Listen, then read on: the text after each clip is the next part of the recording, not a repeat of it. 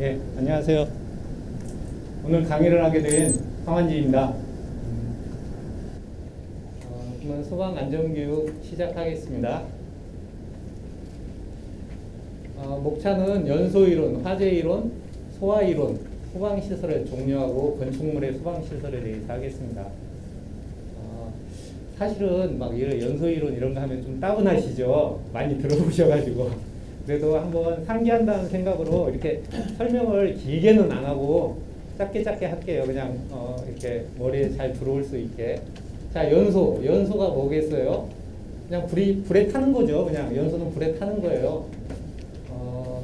산화반응은 가연물이 산소화되는 과정이에요. 메탄 같은 경우는 메탄하고 산소가 플러스 돼가지고 이산화탄소하고 물이 생성되는 거예요. 이건 뭐 완전 연소 됐을 경우에 그런 거죠. 보통은 이제 일산화탄소도 완전 연소 이론적으로는 완전 연소이기 때문에 완전 연소가 안 되기 때문에 일산화탄소는 안 나오는 걸로 되어 있습니다.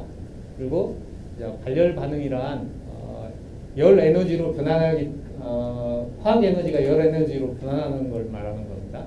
그리고 빛은 이제 뭐 그 가시광선의 파장이 0.38에서 0.76 마이크로미터에 이르해 가지고 사람의 눈에 보이는 것을 빛이라고 합니다. 뭐 화재가 발생하면 빛이 발생하죠. 그리고 연소의 3요소하고 4요소. 연소는 일단은 불이 있어야겠죠. 점화원, 불이 있고 산소가 있고 그리고 가연성 물질이 있어야겠죠. 그 세 가지가. 그리고 이제 뭐 연쇄 반응이 일어나야 화재가 계속 불이 발생이 되겠죠. 연쇄 반응이 일어나면 이제 폭발 반응이 일어나겠죠. 자, 인화점은 불이 붙는 최저 온도를 말하는 겁니다. 그리고 연소점은 그러니까 불이 타는 게 계속되는 온도를 말하는 거고요. 발화점은 외부의 직접적인 점화원이 없이, 그러니까 점화원이 없이 자체적으로 열 축척에 의해서 불이 붙는 온도, 최저 온도를 발화점이라고 합니다. 자, 연소의 범위를 보면은 연소의 범위는 연소 상한계하고 연소 하한계가 있어요. 보통 뭐 나무가 타면은 나무가 직접 타는 건 아니죠. 거기서 이제 가연성 가스가 나와가지고 가스에 불이 붙어서 탄화가 되는 거거든요. 근데 그 농도가 이 안에 들어가 있어야 돼요. 농도가 이보다 더 넘어가도 안 되고 이보다 아래에 있어도 연소가 일어나진 않아요. 손수 영역이라고 지금 돼 있죠. 화재 이론 보겠습니다. 화재의 정의, 뭐 화학적인 폭발 현상을 말하는 겁니다. 화재란 화재는 사람의 의도에 반하거나 고의에 의해서 발생하는 방화겠죠. 고의에 의해서 발생하는 방화겠죠. 근데 소방에서는 그 사람의 의도에 반하는, 그러니까 소방시설은 사람의 의도에 반해가지고 화재가 발생하는 것을 감안을 해서 소방시설이 돼 있는 거예요. 그러니까 여기에 있는 방화, 고의에 의해서 발생하는 연소현상, 이 방화는 막 여기저기서 발생하는 거 아니에요. 뭐 한 군데에서 발생했다면은 소화가 가능하겠죠. 근데 여기저기서 발생하면은 소화를 할 수가 없어요. 그래서 우리 소방시설은 방화하고는 상관이 없어요. 방화를 해가지고 화재가 진압이 안 됐다고 해서 그걸 문제 삼지는 안 해요. 대부분 이제 뭐 방화를 했더라 해도 여기에 방화를 했어요. 그럼 여기 스프링클러가 터져가지고 당연히 다 뭐 연소가 되겠죠. 방화가 되겠죠. 근데 뭐 지금 우리 화재에서는 방화에 의한 고의에 의한 화재가 발생하는 것은 소방시설은 염두에 안 두게 돼 있습니다. 자, 화재는 분류는 뭐 A급 화재, 일반 화재, 유료 화재 뭐 있어요. 일반 화재는 그냥 불에 탈 수 있는 것들, 뭐 천유라든지 종이류 뭐 그런 걸 얘기하는 거예요. 그 유료 화재는 그 기름, 우리 쉽게 휘발유나 경유 뭐 그런 걸 유료 화재입니다. 그리고 C급 화재는 전기 화재, 전기에 의해서 뭐 배전반이나 뭐 그런데 변압기나 그런 데서 화재가 발생하는 거고, D급 화재는 금속 화재예요. 근데 금속 화재 하면 금속이 어떻게 불에 타지? 뭐 그렇게 생각하는데 여기서는 이렇게 덩어리 상태, 괴 상태의 금속을 얘기하는 게 아니고 공장에서 뭐 제조하다 보면 금속이 날려가지고 특히 뭐 알루미늄이나 그런 것들이 날려가지고 이게 폭발 한계에 들어가 있으면은 이게 터지는 거거든요. 사실은 뭐 그 금속만 그러는 게 아니라 뭐 밀가루나 먼지나 그런 것도 폭발 한계에 들어가지고 스파크가 발생하면 폭발을 합니다. 그리고 이제 잘 뭐 요즘에 이렇게 케이크 파제라고 있어요. 주방 화재. 케이크 파제도 있으니까 하나 더. 보통 A, B, C, D 뭐 그리고 이제 보통 우리 옥내 소화기 같은 경우는 A, B, C급이라고 이렇게 돼 있죠. A, B, C형이라고. 그거는 이제 A급, B급, C급 화재, 그리고 금속 화재에는 해당이 안 되고, 뭐, K급 화재에도 해당이 안 되고, 뭐 그런데. 근데 K급 화재에도 A, B, C 사용해도 됩니다. 보통은 연소가 돼요. D급만 안 되는 거지. 되고 있습니다. 그리고 뭐 여기 보면은 연수분의 표면을 차단하는 비누화 작용 및 식용유 자체의 온도를 발화점 이하로 빠르게 강화시켜주는 냉각작용이 동시에 필요하다 이렇게 돼 있죠. 이 비누화 작용이라는 것은 뭐냐면은 말 그대로 비누 그 기름이 있으면은 거기다 이제 뭐 우리가 분말 소화기를 분사를 했을 때 그 위에서 작용이 일어나 가지고 비누 거품이 발생을 해서 차단을 하는 거예요. 차단을 해서 화재가 연소되는 거예요. 열의 전달에 대해서 한번 보겠습니다. 전도, 컨덕션인데 전도는 지금 여기서 이 불에 의해서 이 냄비가 뜨거워져 가지고 이 손잡이까지 이렇게 가는 거 이것도 전도예요. 근데 쉽게 하면은 여기서 열이 가가지고 지금 물하고는 차단이 돼 있잖아요. 차단이 돼 있는데 냄비가 차단을 하고 있는데 냄비 이쪽 면에서 이쪽 면으로 가가지고 열을 물에다가 전달하는 거. 냄비에서 이렇게 금속에서 이렇게 전달하는 거 그걸 전도라고 보면 돼요. 그리고 대류는 공기 중이나 물 중에서 이렇게 순환해가지고 뭐 하는 거고 복사열이라는 것은 불에서 직접 이렇게 열선이 나가가지고 뜨겁게 해주는 거. 그러니까 뭐 복사열이 굉장히 위험하겠죠. 우리가 화재가 발생한 복사열이 그 직접적인 화재 아니더라도 복사열에 의해서 그 화재가 더 커지는 경우가 굉장히 많습니다. 근데 뭐 우리 집에서 보면 방바닥이 있죠. 그 온돌난방이라고 그러죠. 그걸 갖다 다른 말로는 또 복사난방이라고 해요. 사실은 복사열이라는 게 우리 인체에는 굉장히 좋은 거예요. 그러니까 난방을 할 때도 그 집에 방바닥이나 뭐 그런 데를 바닥에 온도를 깔아가지고 따뜻하게 해주는 게 다 복사열에 의한 난방이에요. 그래서 복사열에 의한 난방 같은 경우는 그냥 참고로 이렇게 대류는 방열기에 의한 난방이 이렇게 대류를 하는 거예요. 근데 이제 보통은 대류에 의하면은 상부 쪽만 막 따뜻하잖아요. 상부 쪽만 엄청 따뜻해요. 근데 복사난방에 의한 난방은 하부 쪽, 하부에서 열선만 나오기 때문에 위에는 그렇게 뜨겁지가 않고 그래서 우리가 딱 생활하는 데 좋아요. 그래서 그 온돌난방이 그 우리나라의 뭐 대한민국에서만 하는 난방이 온돌난방이잖아요. 그래서 굉장히 좋다고 합니다. 대류, 아까 설명했죠. 대류에서는 기체나 액체에서 흐름에 의해서 열이 전달되는 거고 복사는 화재 시 열의 이동에 가장 크게 작용하는 열이에요. 뭐 열선이 직접 나가는 거. 화염에 접촉 없이 연소가 확산되는 현상을 복사열에 의한 겁니다. 자, 연소 생성물에 대해서 한번 봅시다. 연소 생성물은 보면은 탄화수소류가 있어요. 그러면 연소하면은 일산화탄소나 보통은 뭐 일산화탄소나 탄산가스가 발생하고요. 셀룰로이드, 폴리우레탄 같은 경우는 질소 산화물 그리고 질소 성분을 갖고 있는 모사나 비단, 피역은 시아나수소, 나무는 아황산가스 그리고 이제 여기 보면은 PVC, 방염수지, 플로린화수지 그리고 플로린화 수소 그리고 하루겐 화합물 뭐 이런 게 있어요. 지금 이런 데는 뭐 여기는 암모니아, 폴리스틸렌 같은 경우, 스티로폴 같은 경우 벤젠이 나오고요. 근데 지금 이게 굉장히 제일 위험한 것 같아요. 보통은 뭐 우리가 비닐이나 플라스틱이 타는 게 지금 불화수소나 염화수소나 브로마수소나 토스겐 같은 이런 독성가스가 굉장히 많이 발생하죠. 그래서 PVC류가 타는 게 제일 위험합니다. 그래서 이제 공장에서 PVC류가 막 많이 있으면 좀 약간 그 부위에는 막 소화기도 갖다 놓고 이렇게 많이 쌓아놓는 경우는 그렇게 보통 건설 현장에서도 그렇게 많이 하고 있습니다. 그 주위에는 소화기도 많이, 화재가 조금 발생할 때 빨리 끄야 하니까. 그래서 포스겐 같은 경우는 0.1 ppm, 공기 중에 0.1 ppm만 있어도 사망에 이릅니다. 완전 맹독성 가스입니다. 포스겐 같은 경우.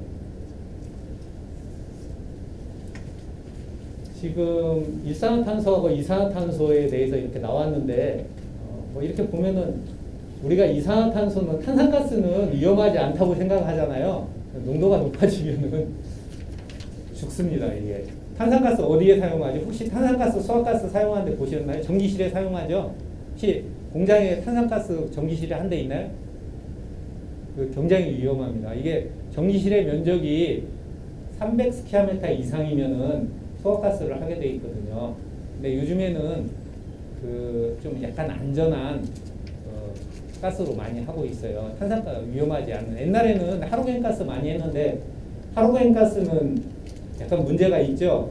오존층 파괴해가지고 지금은 하로겐 가스도 사용 못하게 돼 있어요. 그래서 이제 불활성 가스나 뭐 그런 걸 사용하거든요. 뭐 질소나. 근데 이제 이산화탄소도 뭐 사용을 아주 예전에는 하로겐 가스가 나오기 전에는 그 이산화탄소 소화 설비를 했는데 요즘에는 이산화탄소 소화 설비는 뭐 거의 안 하고 있어요. 근데 요즘 가스의 가격이 좀 비싸지다 보니까 좀 다시 이제 이런 이산화탄소 소화 설비가 나오는 것 같아요. 이산화탄소는 뭐 어차피 위험한 거고요. 뭐 지식 많이들 우리 아주 옛날에 뭐 연탄 뗄 때 연탄가스가 이산화탄소잖아요. 위험한 거죠. 자, 소화의 이론에 대해서 보시겠습니다. 소화의 원리는 아까 연소에 3요소 있었죠. 뭐 정화원, 그러니까 불하고 그 다음에 가연성 물질하고 그 다음에 산소, 이제 공기가 있어야 이제 뭐 연소가 일어나니까요. 그리고 이제 연소 반응 인자의 전달 차단, 부촉매 효과에 의해서도 소화를 할 수 있습니다. 소화 방법은 뭐 제거하는 거예요. 가연물을 제거하는 건데 어떻게 지금 여기 보시면 밸브를 차단한다든가 가연물을 직접 제거 파괴한다든가 촛불을 입으로 불어가지고 증기를 갖다 날리면은 그게 또 바람에 의해서 꺼지기도 한데 사실은 증기를 날려가지고도 순간적으로 꺼지는 거거든요. 이제 산불 화재가 나면은 이렇게 길을 만들어요. 막 제거해가지고 길을 만들어가지고 통로를 없애가지고 제거하는 거겠죠. 근데 우리 얼마 전에 고양시에서 저기에 화재 났었잖아요. 누가 외국인이 풍동 이렇게 해가지고 연료 탱크에 막 화재가 발생했잖아요. 그런 경우에는 위에는 화재가 발생하고 있지만은 아래는 화재가 발생을 안 하고 있기 때문에 불이 옮기지 않을 정도까지 기름을 계속 빼요. 그걸 다 태우는 경우도 뺄 수가 없는 경우는 다 태워가지고 끄는 경우도 있는데 보통은 잘 안 꺼지거든요. 그게 이제 실패하면 진화에 실패하면은 그게 이제 폼 소화 설비를 해가지고 우회를 아까 기름으로 폼으로 그러니까 거품으로 덮는다고 했잖아요. 폼으로 이렇게 덮어가지고 진화를 하는데 그게 이제 안 됐을 경우에는 이제 뭐 탱크에 있는 걸 전체 다 태워야 진화가 되는 거예요. 이제 그러기 전에 아래로 어차피 배관이 있으니까 배관으로 해서 기름을 최대한으로 빼내는 거예요. 그것도 제거입니다. 최대한으로 빼낸 다음에 나머지만 태우는 거죠. 그렇게 해가지고도 기름 탱크에서는 엄청나게 큰 기름 탱크에서는 그렇게도 많이 제거를 하고 있습니다. 그리고 질식은 산소가 있어야 아까 뭐 연소의 3요소에서 산소가 있어야 불이 계속 발생하잖아요. 그 산소를 안 주는 거예요. 막 덮어버리면은 우리가 뭐 이렇게 뭐라고 해야 하나 사람들이 이렇게 본인들이 이렇게 자기를 좀 내세우기 위해서 기름을 막 몸에 붓고 이렇게 자기한테 불질러고 이렇게 하는 분들 있죠. 그러면 어떻게 해요? 주위에서 옷을 옷을 벗어가지고 막 담요나 막 그런 걸로 덮어가지고 꺼주잖아요. 좀 보호해주잖아요. 그런 게 이제 산소를 차단해가지고 그 진화를 하는 겁니다. 왜냐면 그게 바로 질식소화입니다. 냉각은 이제 물을 부어 온도를 낮추는 거겠죠. 냉각은 이제 온도를 낮춰가지고 진화를 하는 겁니다. 근데 물에 의한 냉각작용, 그리고 이산화탄소 소화에 의한 냉각작용. 이산화탄소 같은 경우는 질식 소화도 하지만 냉각 소화도 이산화탄소의 그 증발점, 그게 57도인가, 마이너스 57도인가 그래요. 굉장히 낮죠. 그래가지고 냉각작용이 있어요.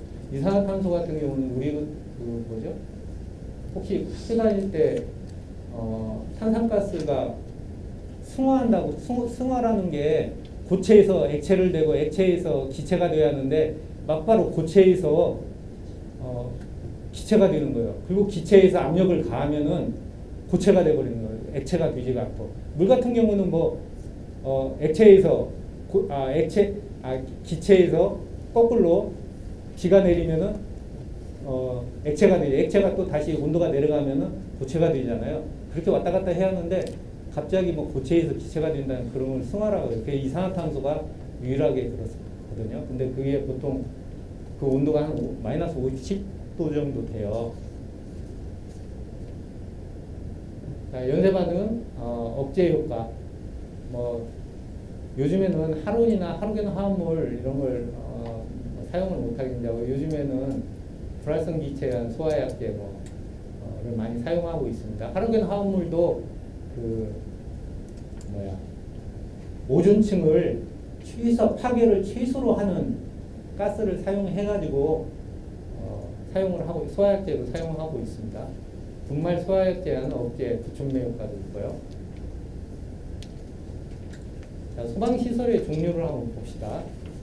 우리가 소방시설 하는데 대부분 소방시설의 종류가 어떻게 되고 그런 것을 잘 몰라요.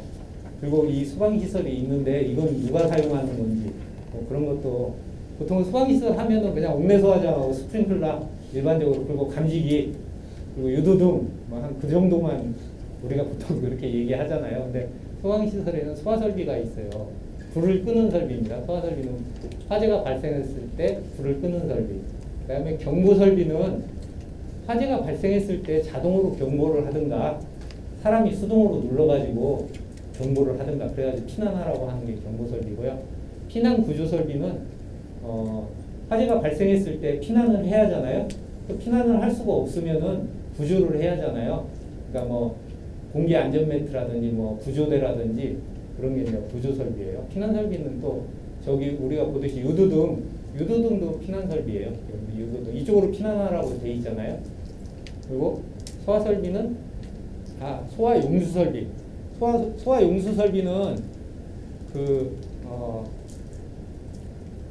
화재가 발생을 해가지고 화재를 소방관이 와가지고 진화를 하다가 소방대에도 진화를 하다 보면 물이 떨어질 수가 있잖아요. 물이 떨어지면 또 다시 소방서 가서 물을 차에다 받아가지고 와가지고 하려면 또 화재가 굉장히 커질 거 아니에요. 그러니까 소방대에서 사용하는 거예요. 소방대에서 그러니까 보통 이제 여러분들 그 현장에도 다 있을 거예요. 용수설비가요. 상수소화전이라고 하죠. 그러니까 상수소화전이 그 공장 내로 현장 내로 75mm 이상이 와야 저걸 설치할 수가 있어요. 메타기 다음에서 옛날에는 메타기 전에 설치했으니까 아무 상관이 없어요. 크게 와가지고 메타기를 작은 거 설치해가지고 이렇게 했는데 지금은 메타기 후에 설치하게 돼 있어요. 그래서 75mm 이상의 메타기가 있어야 되는데 그렇지 못한 경우가 많잖아요. 공장에서 75mm는 굉장히 큰 거거든요. 그렇지 못한 경우는 지하에다가 용수 설비를 설치해가지고 지하에다가 보관을 해서 화재 시에 물이 떨어지면 거기서 소방차가 퍼 올려가지고 그 물로 진화를 할 수 있게 하는 게 이제 두 가지가 있어요. 항상 그리고 소화활동 설비도 소방대가 사용하는 거예요. 소화활동을 하다가 소화활동을 할 때 유용하게 사용할 수 있는 그러니까 예를 들어서 화재를 진압을 해야 하는데 이제 뭐 다 떨어졌어. 옥내 소화전도 그렇고 스프링클러도 그렇고 물이 다 떨어졌어요. 그러면 어떻게 해야 소방차 물차가 와가지고 연결 송수구에 뭐 연결을 해가지고 소방대가 호스를 갖고 올라가서 이제 보통은 호스를 갖고 올라가는 경우도 있고 거기에 호스가 있어요. 보통 3개층에 하나씩 호스함을 설치하게 돼 있어요. 그럼 거기에서 호스를 꺼내가지고 사용하기도 하고 뭐 그러거든요. 근데 보통은 이제 들고 올라가요. 65mm짜리. 보통 옥내소화전 40mm짜리잖아요.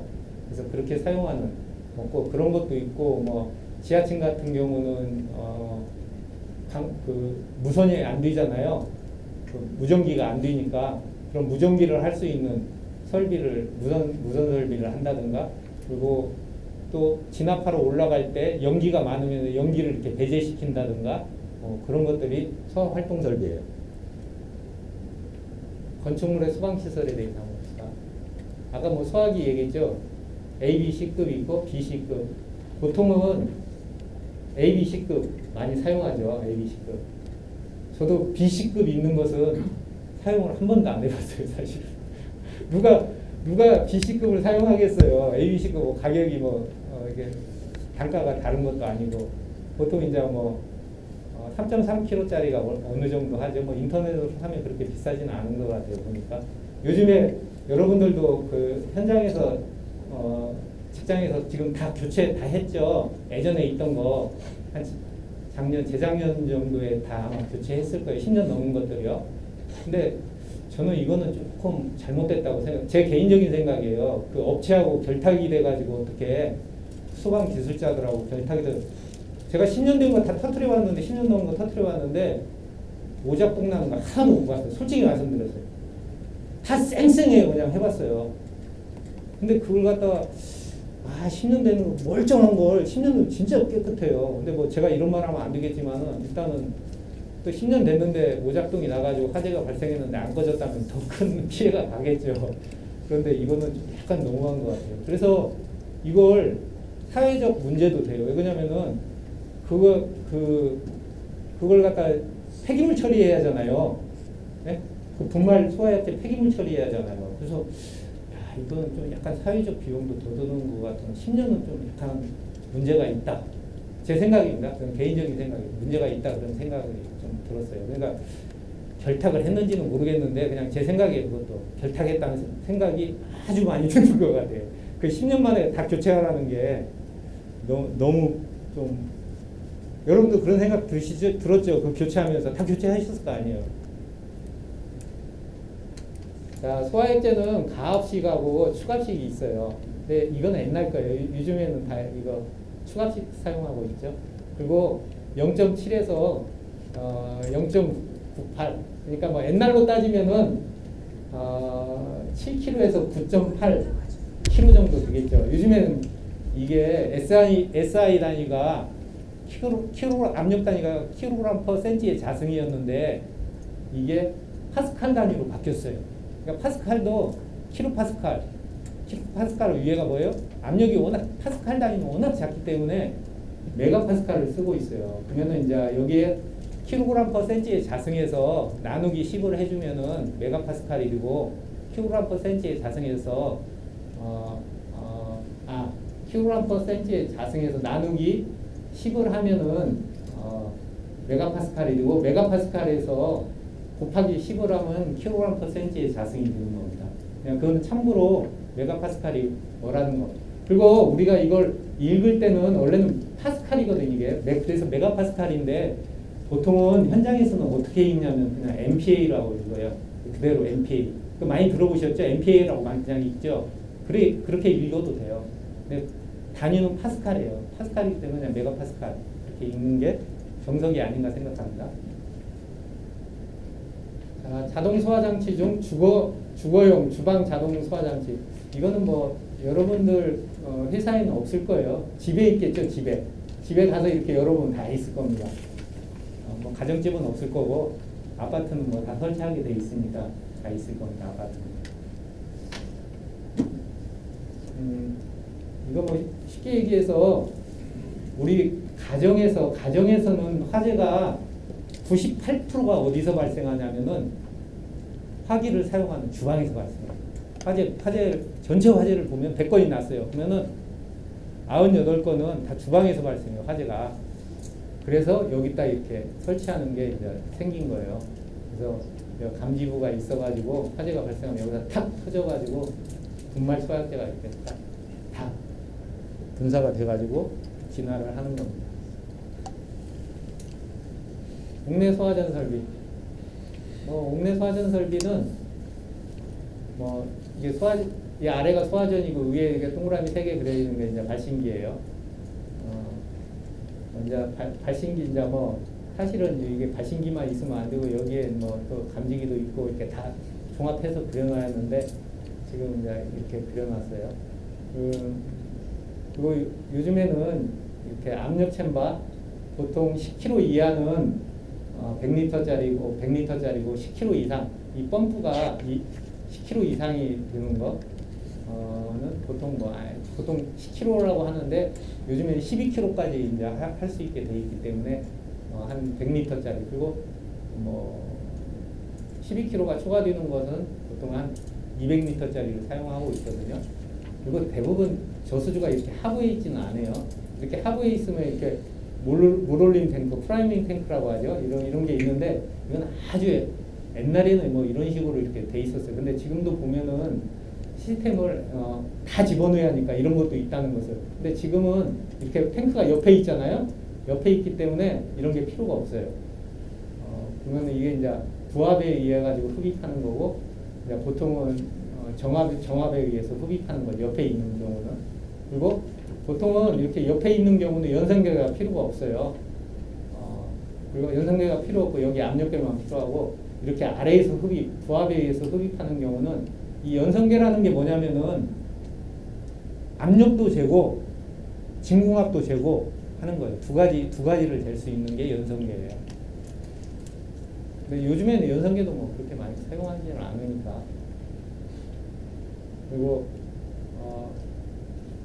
이따 가면 이제 이것도 좀 설명을 할 건데, 이거 보통 펌프, 여기서 직접 펌프 성능 시험을 하신 분 계세요? 한번 손 한번 들어보시죠. 펌프 성능 시험을 할 수 있으신 분. 여기서 한번 펌프 성능 시험에 대해서 한번 설명을 한번 해드리고 갈까요? 이따 뒤에도 있어요. 있기는 한데, 이렇게 그림이 있을 때야 뒤에는 그림이 없어요. 그래서 저 같은 경우는 이렇게 보드판이 있으면 보드판에다 그림을 그려가지고 이렇게 설명을 하려고 생각을 하고 있었는데 보드판이 없어서 선생님이 여기 그림이 있는 상태에서 한번 설명을 한번 해드릴게요. 좀 한번 처음에 이제 성능 시험을 할 때는 이거 세 개를 다 세 개를 다 잠그지 말고 얘하고 얘를 잠그는 거예요. 2개. 다 잠궈도 되고요. 일단은 다 잠그고 하죠. 이거 3개를 다 잠근 상태에서 펌프만 돌리는 거예요. 펌프만 돌리면 어떻게 되겠어요? 이 압력계가 막 올라갈 거 아니에요. 압력계가 올라가면 예를 들어서 펌프가 100m짜리다. 이거 양정이 100m짜리다. 네? 쉽게 계산하기 위해서 100m짜리다. 그러면은 유량은 하나도 없는 거죠. 그러면 100m짜리면 140% 이하.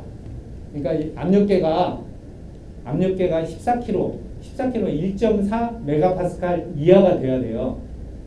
근데 이제 보통은 그렇게까지는 많이 안 되고 한 120% 내에서 120에서 125% 사이에 나오더라고요. 제가 보니까 보통은 그 사이에서 나와요.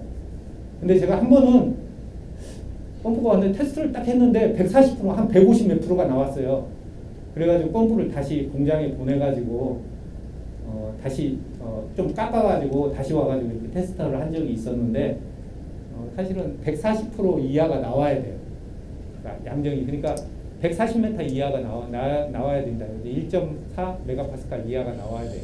그렇게 했을 경우에. 그리고 이제 정격 유량 테스트를 해야 할 거 아니에요. 그러면은 얘를 열고 얘를 100% 다 연 상태에서 하도 얘를 이제 보통은 얘를 이제 유량 조절 밸브니까 유량이 예를 들어서 300lpm이다. 그러면 300lpm을 맞추는 거예요. 300lpm을 맞춰놓고 얘 유량이 얼마가 나오는가를 보는, 아니 압력이 얼마 나오는가를 보는 거예요. 아까 100이었으니까 100보다 조금 더 나오면 되는 거예요. 100이 나오든가 100보다 조금 더 나오면 100에서 조금 더 나오면 돼요. 그러니까 보통은 정적 유량은 딱 나와요.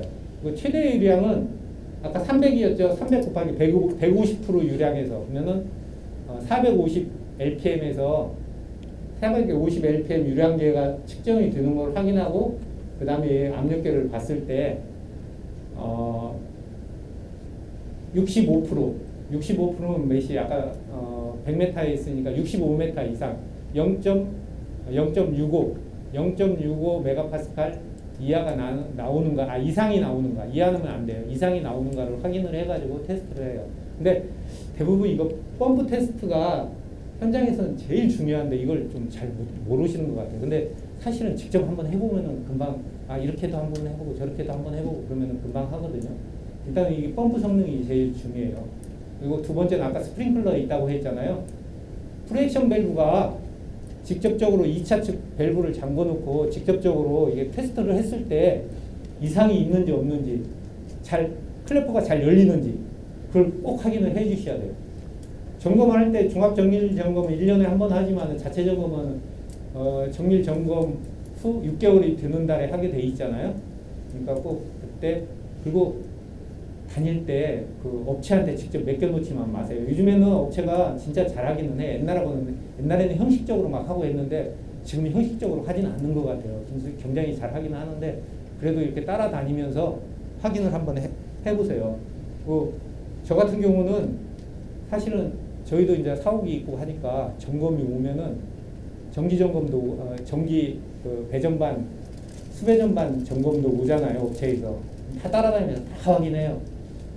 승강기도 오잖아요. 한 달에 한 번씩 오잖아요. 그러면 승강기도 위에 다 같이 타요. 저는 같이 타가지고 다 봐요. 근데 사람들은 무서워해요. 승강기 위에 타는 거. 근데 저는 그 건설 현장에서도 옛날에는 건설 현장에서 그 감지기를 어디다 달았냐면은 승강기 샤프트 상부에다 붙였어요. 지금은 그냥 이렇게 홈이 많이 뚫려 있잖아요. 그 와이어 그런 것들이 많이 있기 때문에 홈이 뚫려 있기 때문에 승강기 기계실에다가 그냥 설치를 하는데 옛날에는 그걸 승강기 샤프트 상부에다 설치하게 돼 있어요. 그러면 그거 어떻게 해야겠어요? 승강기 타고 올라가요. 이게 수동으로 해서 더 올라가요. 더 올라가가지고 거기다 설치하고 점검하고 그러셨어요. 근데 요즘에는 약간 그런 것들이 완화돼가지고 승강기 기계실이 있는 경우는 기계실에서 설치해도 되고, 근데 또 요즘에 승강기 기계실이 없는 타입도 굉장히 많아요. 머신룸레스라고 그러죠. 그 승강기 기계실이 없는 경우에는 그 승강기 문을 열고 그 옆에다가 저 위에다 설치 안 하고 그냥 옆에다가 설치해가지고 점검도 할 수 있고, 보통 이제 문제가 되면 보통 샤프트에 설치하는 감지기는 열감지기가 아니고 연감지기잖아요. 연기감지기, 광전식 연감지기를 설치하기 때문에 먼지가 조금만 들어가면 오작동이 나요. 교체해줘야 돼요. 승강기 샤프트가 굉장히 먼지가 많거든요, 사실은.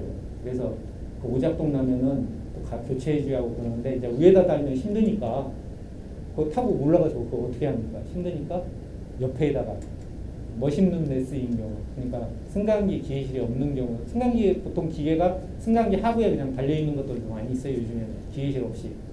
그래서 그런 경우에는 옆에다도 설치할 수 있다. 이건 호스릴이에요. 그리고 이거 옥내소화전이고, 호스릴은 사용하기가 굉장히 간편해요. 그냥 이렇게 끌고만 쫙 가면은 돼요. 그래서 이걸 많이 권장해요. 우리 뭐 심의나 현장에서 많이 호스릴을 많이 이렇게 하기는 하는데 이거에 또 문제점이 있어요. 이게 문제점이 이게 이제 방수구잖아요. 소방대가 사용하는 방수구인데 얘는 지금 방수구가 없는데 얘 같은 경우는 방수구인데 이 방수구가 여기 FL부터 500 이상 1m 이하에 설치하게 돼 있어요. 근데 500이 안 올라가요. 500이면 한 이 정도 돼야 하잖아요. 바닥에서 이 정도가 안 올라가요. 그러니까 화재 안전 기준을 만족하지 못해요. 호스릴. 그래서 저는 그게 약간 좋기는 한데 화재 안전 기준이 좀 바뀌든가 뭐 해야 할 것 같은 생각이 들어요. 일단은 이렇게 하면 이게 안 맞아요. 한 이 정도 두면 맞아요. 보통 옥내 소화전 있으면 한 이 정도에 있어요. 이 정도나. 그래가지고 되는데 이거는 호스릴이 이 정도 가면 걸려버려요, 얘가. 그래서 이렇게 있는데 이게 약간 문제인 것 같아요. 그리고 지금 여기서는 이렇게 보이지 않는데 그 옥내 소화전 사용 설명서 있죠. 옥내 소화전 사용 설명서. 옥내 소화전 사용 설명서가 요즘에는 누가 이렇게 제안을 했어요. 국민신문고에. 그래가지고 이게 문을 열고 사용하잖아요. 근데 어디다 붙여요? 보통 밖에 한 이 위에다가 이렇게 많이 붙여놓죠. 그럼 또 다시 이렇게 보호하고 열었다 이렇게 왔다 갔다 해야 돼요. 그래서 여기다도 밖에다도 붙이고 평상시 좀 읽어보면서 다니라고. 안에다가도 붙여가지고 문 열고 이렇게 화재 났을 때 문 연 상태에서 계속 보면서 할 수 있게. 그래서 요즘에는 밖에 안에 다 붙이라고 그래요. 스티커로. 그럼 어려운 거 아니니까. 그래서 요즘에는 여러분들도 가셔가지고 안전관리 할 때 그 스티커 비싸지 않아요. 조금 더 구매해가지고 안에도 이렇게 붙여놓으면 굉장히 좋을 것 같아요. 그리고 그 우리가 소방계획서에 의해 가지고 이렇게 소방훈련을 하잖아요. 그런데 직원들 쫙 있는 상태에서 아까 10년 된 거 소화기 있었죠? 그 소방서 다 갖다 줬나요? 싸놓으세요, 싸놔. 그래가지고 소방훈련 할 때 직접 쏴보게 하세요, 운동장에서. 그거 청소하면 되죠, 뭐. 저는 그 일부는 갖다 주고, 일부는 안 갖다 주고, 옥상에서 소방훈련 할 때 한 번씩 쏴보라고 해요. 그리고 또 사실은 소방서에서 빌려주기도 해요. 소방서 빌려주는 건 뭐냐면은, 물로 쏘는 거예요. 그리고 이거 이렇게 이게 불나는 그림이 있어가지고 거기에 딱 맞으면 불이 쫙 들어오고 뭐 그런 건 있어요. 그 소방서에서 빌려달라면은 빌려주더라고요. 그 빌려다가 교육시키면 돼요. 근데 사실은 직접 쏘는 게 더 중요하죠. 그건 약간 그 유치원생들 꼭 뭐 장난하는 것 같더라고요. 그 물로 이렇게 쭉 쏘는 거 보니까. 근데 사실은 소화기 가지고 직접 쏘면은 막 나거든요. 진짜 깜짝 놀래요. 여성들 같으면 깜짝 놀래요.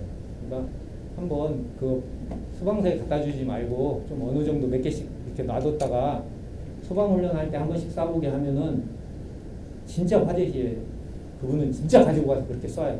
그리고 소방훈련 할 때도 꼭 밖에하고 가까운 데 있는 옥내 소화전 쫙 펴놓은 상태에서 한 사람이 잡고 그거에 의해서 그 사용 설명서에 의해서 이거 밸브 앵글 밸브 열고 그래가지고 직접 한번 쏴주는 게 굉장히 좋아요.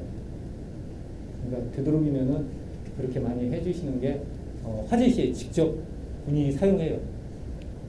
맨날 그 설명서만 읽다가 화재 시에 사용하려면 어떻게 되는 줄 아세요? 사용 못해요. 도망가요 그냥 다.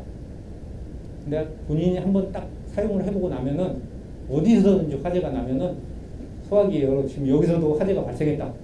그러면 사용해 보신 분은 대부분 다 도망가는데 사용해 보신 분은 초기니까 소화전에 찾아가지고 갖다 열어가지고 탁 끄집어내가지고 거기 밸브 좀 열어줘 해가지고 딱 물 쏴가지고 진화를 합니다. 그러니까 꼭 되도록이면은 형식적으로 하지 마시고 또 시간이 주어질 거예요. 분명히 소방교육 소방 계획서에 의해서 그러면 꼭 보고를 해가지고 한 번씩 사용할 수 있게 소화기하고 소화전을 한 번씩 사용할 수 있게 해주는 게 굉장히 좋습니다. 꼭 소화기는 폐기 처분하지 마시고 쌓아놓으세요. 10년 지나가서. 그래가지고 연습용으로 사용하면 됩니다. 자, 스프링클러 이건 습식입니다. 보통 이제 우리가 공장에서는 습식이 같이 건물하고 붙어 있으면은 사무실 쪽은 습식으로 많이 하고 아람밸브로 많이 하죠. 그리고 이렇게 준비 작동식은 이제 프랙션 밸브까지 물이 들어와 있는 거죠. 여기서 이제 감지기 AB 감지기가 동시에 작동했을 때 이제 클래퍼가 열려가지고 2차 측으로 물이 넘어가고 그런 다음에 화재가 더 커져가지고 여기 가용전이 녹으면은 물이 쏟아집니다. 우리가 스프링클러가 보통 공장은 동시 개방 개수가 10개 정도 되죠. 지금 10개로 다 돼 있을 거예요. 혹시 아세요? 아까 6분인가 스프링클러 있다고 했는데 동시 개방이 10개까지 돼 있어요. 그러면은 이제 수량이 보통 이제 800 LTM 정도 되거든요. 그러면 그게 20분 정도, 20분, 1.6톤 정도를 소화용수를 확보하게 돼 있어요. 20분 이내면 뭐 거의 다 진화가 됐는데, 근데 10개인데 진짜 화재가 발생해가지고 진화가 됐어요. 10개가 다 터질까요? 이거 막 몇 수십 개 터져도 안 되는 경우는 스프링클러가 제대로 작동을 안 한 경우에, 스프링클러가 굉장히 좋은 시스템이거든요. 제대로 작동을 하면은 두세 개, 3개 이상 터진 적이 없어요. 보통 2개 내지 3개, 2개 정도, 3개 정도면은 다 진화가 돼요. 다 꺼져요. 그러니까 스프링클러가 굉장히 좋은 시스템인데 유지관리를 잘못해가지고 안 터져가지고 화재가 굉장히 커지고 문제가 되고 뭐 그러거든요. 그러니까 꼭 가시면은 소방 그 업체에서 용역업체에서 이제 테스트 할 때 꼭 이렇게 봐두세요. 얘 잠그고 얘가 그리고 되도록이면은 화재 신호를 줄 때 발신기를 누르지 말고 얘 찍고 2번 찍어보세요. AB 감지기를 이렇게 찍어보세요. 찍어가지고 테스트를 하세요. 사다리를 놓고. 그러면은 그게 더 확실해요. 찍어보세요. 이제 점프선 해가지고 찍어가지고 테스트를 딱 하면은 얘가 클래퍼가 탁 터지면서 가요. 영 못 믿겠다 그러면은 저 같은 경우는 영 못 믿겠다 그러면은 얘 안 잠궈요. 다 넘겨요. 다 넘긴 다음에 이제 잠궈요. 잠그고 해가지고 물 다 빼고. 사실은 물이 잘 안 빠지더라고요. 굉장히 힘들어요. 그러면 또 물에 안 빠지면 겨울에 고여 있으면 어떻게 될까요? 겨울에 그 부위가 동파가 돼요. 문제가 될 수 있고 막 그러더라고요. 그러니까 그것은 좀 약간 신중하게 하세요. 그 2차측까지 물 다 넘기는 것은, 완전히 다 넘기는 것은, 약간 스프링클러 헤드까지 물을 넘기는 것은 약간 신중하게 한번 해보셔야 돼요. 저 같은 경우는 뭐 이게 준공 전에 많이 하기 때문에 다 넘긴 다음에 에어로 불어가지고 다 물을 빼내요. 사실. 근데 여러분들은 그렇게 하기 힘들잖아요. 다 준공이 난 상태고 사용을 하고 있는 상태이기 때문에.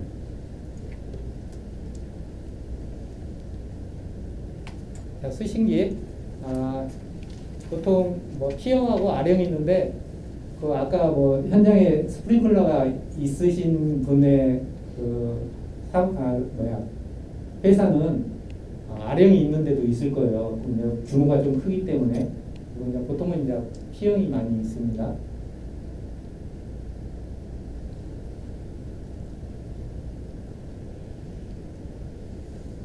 자, 감지기는 뭐 차동식하고 정온식하고 방전식, 보통 이제 열감지기, 연감지기 하는데 우리가 많이 설치하는 게 차동식, 뭐 지하 주차장 같은 경우 차동식, 그리고 이제 뭐 주방이나 열을 사용하는 뭐 보일러실이나 뭐 그런 데는 정온식 많이 사용하죠. 그리고 이제 복도나 아까 얘기했던 샤프트나 뭐 그런데 연기의 통로가 되는 부위들, 계단실이나 뭐 그런 데는 방전식을 많이 사용하고 있습니다. 요인화식이나 뭐 보상식은 잘 사용을 안 해요.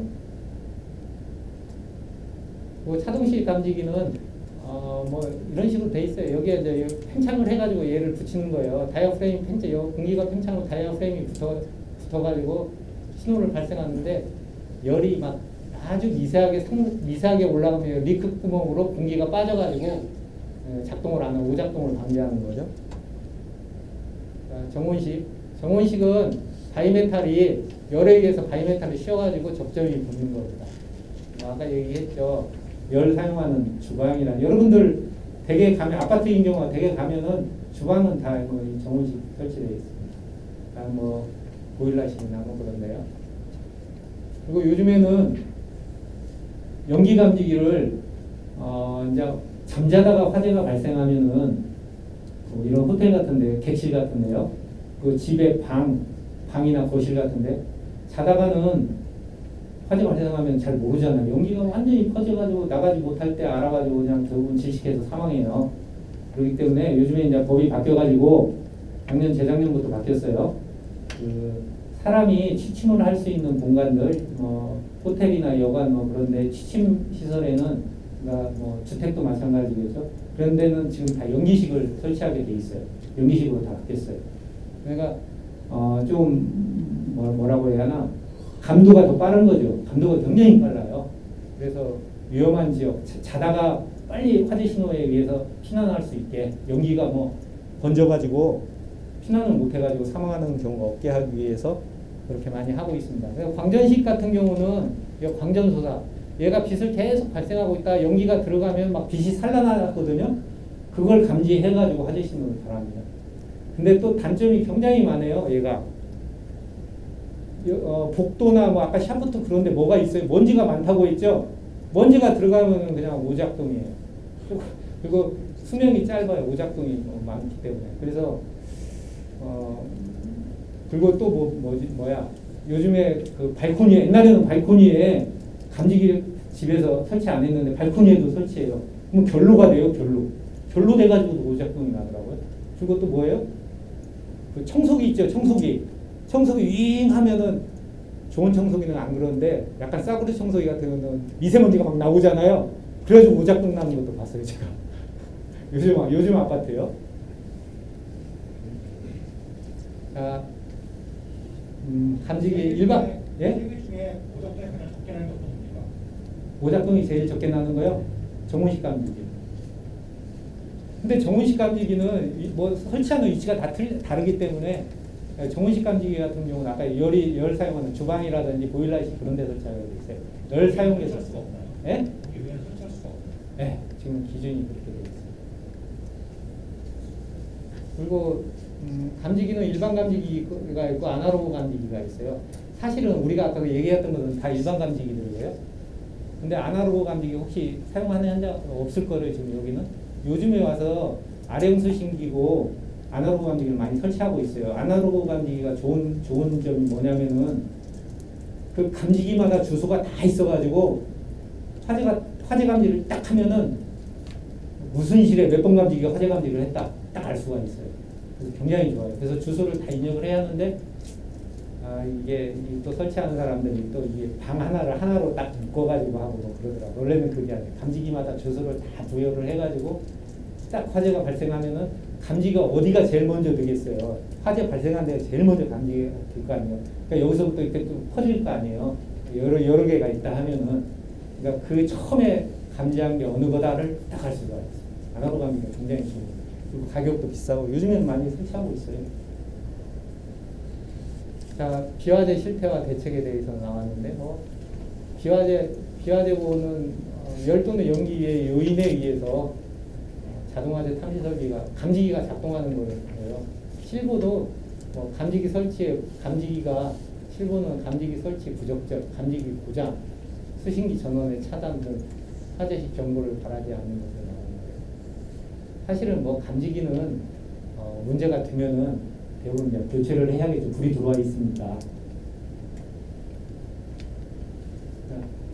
대충 한번 보시죠. 감지기가 이런 식으로. 근데 사실은 차동식이 다 이렇게 되어 있는 건 아니에요. 그렇죠. 보통 주차장에 차동식이 이렇게 생겨 있는 것을 많이 하고 정원식도 이런 걸 많이 하니까 지금 그림이 이렇게 돼 있는 거예요. 딱 이렇게 생긴 건 아니에요. 똑같이 이렇게 앞에가 삐죽하게 나와가지고 똑같은데 앞에 녹색이 있냐, 노란색이 있냐에 따라서 조그만하게 보여요. 가운데. 그거에 따라서 정원식, 차동식이 또 구분이 안 가요. 모형으로. 그럼 요즘엔 감지기가 그런 식으로 많이 똑같아요. 거의. 그리고 이제 이렇게 공기가 이렇게 나오는 지금 시스템 에어컨 같은 경우 공기가 여기 나오잖아요. 공기가 나오면 어떻게 되세요? 옆에 감지기가 있으면은 연기나 열을 갖다가 식혀줄 거 아니에요. 연기도 막 못 오게 할 거 아니에요. 그래가지고 화재를 발생하지 않게 하는 거예요. 조금 늦게 하는 거. 막 화재가 많이 던지고 나서. 그래서 이게 1.5m 이상 떨어졌는가. 그러니까 흡입구하고는 큰 상관이 없는데 바람을 불어주는 구멍이 있잖아요. 지금 얘는 불어주는 거잖아요. 이 가운데가 흡입이고 얘가 불어주는 거예요. 하고는 1.5m 이상이 떨어져. 보통 이걸 현장에서 설치하는 사람도 잘 신경을 안 써요. 그러니까 여러분들 회사에 이렇게 보면은 공기 조화기가 있으면 공기 불어주는 거, 흡입하는 거 있고 토출하는 거 있죠. 토출치하고 1.5m 이상 떨어졌는지. 그리고 오작동이 나요. 특히 연기 감지기 같은 경우는 공기 불어주면은 오작동도 많이 나요. 그리고 차동식 감지기 같은 경우도 겨울에 뜨거운 바람이 계속 나오잖아요. 또 오작동이 나와요. 그리고 장마철, 사실은 장마철 습도보다는 겨울철 그 결로에 의해 가지고 많이 이게 오작동이 나더라고요. 이게. 지금 이거 같은 경우는 연기식이에요. 광전식 이렇게 여기 망이 이렇게 돼 있어요. 그래가지고 연기가 이렇게 들어가는 건데 이렇게 청소하라고 돼 있네요. 피난기구. 피난기구는 1, 2층, 11층 이상은 해당이 안 돼요. 3층부터 10층. 2층은 왜 해당이 안 될까요? 뛰어내릴 수 있잖아요. 뛰어내려도 많이 다치지 않는다고 생각을 하는가 봐요. 사실은 2층에 뛰어내려 죽는 사람도 있어요. 근데 일단은 2층은 해당이 안 돼요. 그냥 상식적으로 여러분 여기하고는 안 맞을 건데 뭐 그렇다는 거. 보통 이제 집에서도 보면 이렇게 아파트에서도 이런 게 있어요.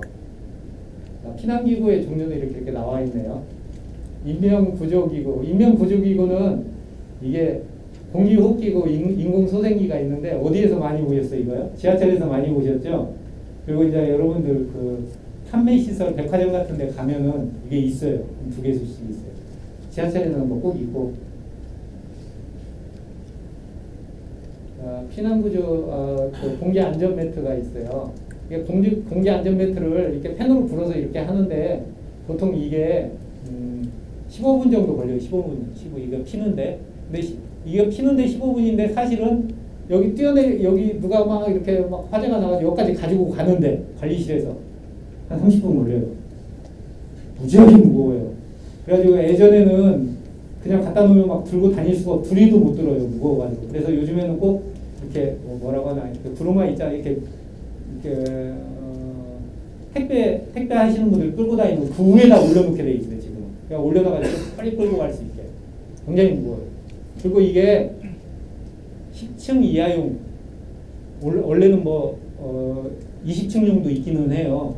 근데 보통은 이제 10층 이하용으로 설치하는데 소방관들도 못 뛰어내려요. 이거 무서워가지고 10층 넘으면 10층에 못 뛰어내려요. 옆으로 떨어지면 직사하게 옆으로 떨어질 수도 있겠죠. 그래서 보통 4층 높아야 5층 이내에서 연습할 때 5층 이내에서 해요. 옆으로 떨어지면 직사예요. 직사. 저 15층에서 이걸 10층에서 한번 봤어요. 보면 이게 뭐 까마득해요. 옆으로 떨어질 수 있어요. 눈 감고 무서워서 눈 감고 떨어지겠죠. 일단 옆에 떨어져요. 근데 제 생각에는 아주 이게 실용적이지는 않은 것 같아요. 그리고 다 뭐 옆에가 화단이잖아요. 화단. 그래서 요즘에는 또 떨어지면 거기 화단이 2m로 돼 있어요. 법적으로 1.5m 정도로 하게 돼 있어. 화단이 건축법상에 주택법상에. 근데 보통 2m 정도 해. 옆에는 1.5m, 앞에는 2m 하는데 2m 그 앞으로 뛰어내려야 하는데 쉽지가 않잖아요. 그래서 요즘에는 그 공기 안전 매트를 놓을 수 있는 부위를 어디 대피 공간 있죠? 요즘에 아파트에 대피 공간 앞에는 공기 안전 매트 놓을 수 있는 공간을 만들어줘요. 나무를 교목 높은 걸 안 심고 회양목 뭐 그런 식으로 이렇게 심고 하든가 그러면 잔디만 만들어 놓든가 그런 식으로 해가지고 요즘에는 그렇게 지도를 하고 있습니다. 그러니까 재현설비는 부속실이 뭐냐면은 이게 이제 보통 지하 3층 이하거나 지상 11층 이상인 경우에 아파트인 경우에는 16층 이상인 경우에 해당되는데 계단실이 피난 계단인데 내부에서 각 층에서 화재가 발생했을 경우에 계단으로 피난을 했는데 계단에 연기가 차면 피난 못 하잖아요. 그래서 중간에 실을 하나 두는 거예요. 그래가지고 여기다가 급기를 해주는 거예요. 그러면은 연기가 못 들어오겠죠. 그럼 계단실에 연기가 안 들어가겠죠. 그래서 피난할 수 있게 해주는데 사실은 이게 피난할 수 있게 해주는 게 아니고 그 전에 벌써 다 피난을 했고 소방대가 진입할 때 연기가 없어가지고 진입을 해서 가서 올라가서 화재를 진압할 수 있게 하기 위해서인 거예요. 그래서 소화 활동 설비예요. 네, 이상으로 이건 다 마치고 그 다음에는 소방 시설 등 자체 점검 실시 결과 보고서하고 점검표, 소방 시설 등 점검표 어떻게 작성하는지 그거에 대해서 강의를 하도록 하겠습니다.